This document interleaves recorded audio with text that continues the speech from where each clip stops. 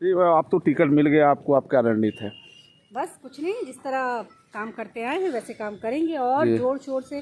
मुझे करना क्या है, बस सरकार की नीतियाँ जी वो मुझे जनता तक फिर से एक बार याद दिलानी है, जी क्योंकि इतना काम सरकार ने किया है, जी मोदी सरकार ने, जी। कि किसी प्रत्याशी को बहुत कुछ करने की आवश्यकता बची नहीं। बात ये आ रही है जैसे आपके सामने समाजवादी पार्टी के नेता प्रतिपक्ष रामगोविंद चौधरी खुला चैलेंज कर रहे हैं, उस चैलेंज को क्या स्वीकार है, कैसे स्वीकार है? वो चैलेंज किए थे और जी उनके चैलेंज में मुझे नहीं लगता कि कोई दम है, जी क्योंकि पिछली बार ही वह जान गए थे कि उनकी क्या दशा होने वाली है। जी अगर पिछली बार वो ये ठगबंधन की राजनीति नहीं किए होते और मेरी पीठ पे छुरा नहीं घोंपे होते, जी जी तो पिछली बार ही मैं उनको यहाँ से विदा करवा दी होती। जी जी क्योंकि नववर्षा की राजनीति अब बासठी में तो हम नहीं चलने देंगे। जी। एक सवाल है कि जैसे पिछले बार जो 2017 में आप चुनाव लड़ी थे तो कम मतों से आप चुनाव हारी थे, इस बार कैसा, मैं मतलब इस बार जो चुनाव होने जा रहे हैं खासतौर पे आप, तो आपको सिंबल कमल का फूल भी मिल गया, भले ही निषाद पार्टी हो, लेकिन कमल का फूल क्या गुड़ खिलाएगा आपके विधानसभा में? मैं आज आपके चैनल के माध्यम से, क्योंकि आपका चैनल बहुत ही ज़्यादा लोकप्रिय है, इसलिए मैं आपके चैनल के माध्यम से यह बात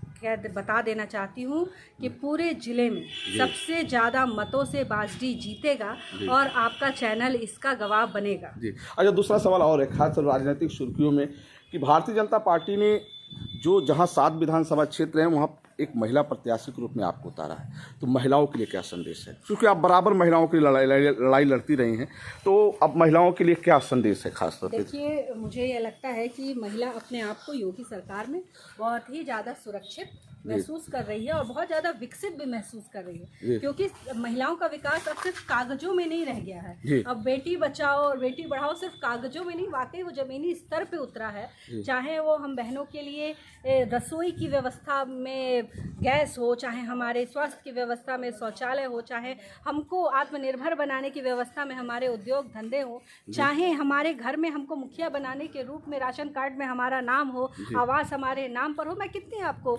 गिनती करवाऊं महिलाओं के लिए सरकार ने कितना काम किया। और हमारा हम समस्त बहनें, आप चले जाइए क्षेत्र में किसी भी बहन के पास, जिस घर में 2 वक्त का राशन, 2 बार राशन महीने में यह सरकार भिजवा रही है, घर का चूल्हा सबसे बड़ी, मैं नेता हूँ, मैं घूमती हूँ, मैं चारों तरफ जाती हूँ, बड़े बड़े नेताओं के पास बैठती हूँ, परंतु जब भी घर आती हूँ तो ये जरूर पूछती हूँ कि आपने खाना खाया, सबसे पूछती हूँ। तो जो राशन जो सरकार 2 वक्त पहुँचा रही है 2 बार महीने में, जिसके घर में वो चूल्हा जल रहा होगा, उस बहन से जाके पूछिए, वह मोदी जी को, योगी जी को अपना भाई बना चुकी है और वो कदापि छोड़कर नहीं जाने वाली। तो राशन के अलावा और क्या सरकार दे रही है? बहुत सारी, मैंने तो अभी आपको बताया कि हमारी रसोई गैस, जिसकी कल्पना भी नहीं गरीब औरत ने की थी, उसके घर में आज रसोई गैस जल रही है। जिसकी कल्पना शौचालय जैसी इतनी महत्वपूर्ण चीज़, और पर कितनी छोटी चीज़। मुझे तो बड़ा आश्चर्य होता है कि मोदी जी का विज़न कितना महान है कि वह व्यक्ति शौचालय जैसी चीज़ पर भी सोचता है, और हम बहनों को उन्होंने शौचालय दिया। आज आयुष्मान कार्ड की वजह से हम बहनें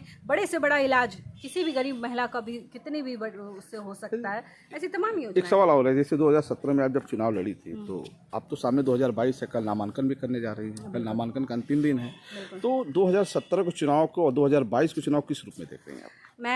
मुझे लगता है कि 2017 में एक नकारात्मक यह चुनाव चल रहा था। लोग हताश थे, निराश थे, जो सरकार उस समय की थी समाजवादी पार्टी की, और लोगों में ये था कि बस जल्दी से हमारा पीछा छूटे इस सरकार से और आए कोई भाजपा सरकार आए। परंतु आज का जो ये हम चुनाव देख रहे हैं, इसमें उत्साह है जनता में, जबरदस्त उत्साह है। जनता ये कह रही है कि नहीं, हमें दोबारा योगी जी को, मोदी जी को लेकर आना है, और इतना उत्साह मैं लोकसभा चुनाव में देखती थी मोदी जी के लिए, और मुझे लगता है कि उतना ही उत्साह आज हमें योगी जी के लिए भी देखने को। अच्छा, 2017 में जब आप चुनाव लड़ी तो उस समय कई सारे मुद्दे रहे होंगे, कई सारे जनता के बीच वादे रहे होंगे, तो क्या 2022 में किस तरह का वादा है, किस तरह का मुद्दा है? देखिए, हमारी सरकार की एक बहुत अच्छी खूबी है कि हम जनता की जो मूलभूत सुविधाएं हैं, सर्वप्रथम हमारी सरकार उस पर काम करने का प्रयास कर रही है, और बहुत हद तक हमने किया भी है। परंतु 4.5 साल वर्ष का ही हमारा कार्यकाल अभी रहा। आने वाले 4 साल, फिर 4.5 साल हमको फिर जनता देने जा रही है, 5 साल। तो मुझे पूरा विश्वास है कि जो भी अभी बचा है करना है, क्योंकि क्षेत्र हमारा उत्तर प्रदेश बहुत बड़ा प्रदेश है। जी। तो इस प्रदेश में काम करने की बहुत बहुत ज़्यादा स्कोप है। हमारा दुर्भाग्य है उत्तर प्रदेश का कि आज तक की सरकारों ने इसको ठगने का काम किया। अब यह सरकार जो काम करने के लिए प्रतिबद्ध है तो वह कर रही है, और आश्चर्य नहीं कि आने वाले 5 सालों में हम बहुत बड़ा कुछ करेंगे। एक सवाल विपक्ष कहते हैं, विपक्ष के लोग कहते हैं कि बांसडीह विधानसभा क्षेत्र में कभी कमल नहीं खिला, इस बार भी कमल नहीं खिलेगा, इस बार साइकिल चलेगा। जी। साइकिल पंक्चर हो चुकी है, उसके दोनों टायर अलग हो चुके हैं। अब बेचारे कितना भी अखिलेश यादव जी खींचे, मुझे मोह लगता है, ज़्यादा उनकी उम्र भी नहीं है, बेचारे लड़कपन करते रहते हैं। एक पप्पू हम दिल्ली में देखा करते हैं और दूसरे टप्पू हम लोग यहाँ देखा कर रहे हैं, तो बड़ा मुझे हंसी आता है। पर बेचारे अखिलेश यादव जी प्रयास कर रहे हैं। साइकिल पंक्चर हो चुकी है, और पिछली बार ही इस विधानसभा की जनता ने दिखा दिया कि केतकी सिंह के साथ जनता किस तरह खड़ी थी। एक निर्बल प्रत्याशी जिसके पास ना धन था, ना बल था, ना पार्टी का सिंबल था, कुछ नहीं था, परंतु ये जनता मेरे साथ खड़ी रही। और इस बार आप 10 तारीख का परिणाम तो आने दीजिए, उससे पहले ही नहीं माननीय मंत्री जी अपने व्हाइट हाउस में वापस लौट गए, तो आप कहिएगा कि केतकी सिंह ने क्या कहा। अच्छा, ये 2017 में जितने प्रत्याशी मैदान में थे, हालांकि अभी नामांकन कल है, लेकिन क्या लग रहा है कि पहले जैसी लड़ाई रहेगी कि आप अलग कुछ लड़ाई दिखेगी इस बार? नहीं, हाँ, अब पिछली बार दरअसल उनकी सरकार थी, तो एक लोगों के मन में ये भावना, उन्होंने उनके कार्यकर्ताओं के मन में ये थी कि हमारी सरकार है तो हम पुनः वापस आएंगे। परंतु इस बार जनता स्पष्ट रूप से, ये आज से नहीं कई दिनों पहले से ही दिखा रही है कि हम भाजपा के साथ खड़े हैं, भाजपा के साथ रहेंगे। 10 सालों से आप क्षेत्र में हैं, 2012 में भी आप थी, 2017 में भी, 2022 में, 10 साल में आप तो बहुत सारे क्षेत्र घूमी होंगी, बहुत सारे गाँव घूमी होंगी, तो क्या लगा 10 साल में विकास क्या दिखा आपको? देखिए, बड़ी विडंबना की बात है, समाजवादी पार्टी के जितने कदावर नेता राम गोविंद चौधरी जी थे, माननीय राम गोविंद जी, उतना एक नेता प्रतिपक्ष के रूप में आज भी हैं। और इससे पहले वो कैबिनेट मंत्री थे, अच्छे अच्छे विभागों के मंत्री थे। मुझे याद है जब वो शिक्षा मंत्री थे, कैबिनेट शिक्षा मंत्री, तो उनके काल में आप लोग ये उसमें चला है, न्यूज़ में चला है, आप देखे होंगे कि स्कूलों में भैंसें बैठा करती थी और भैंस वो कंडे बन के डले रहते थे। इस तरह का उनका कार्यकाल रहा। पिछले 15 वर्षों से वह लगातार क्षेत्र की जनता को ठग रहे हैं।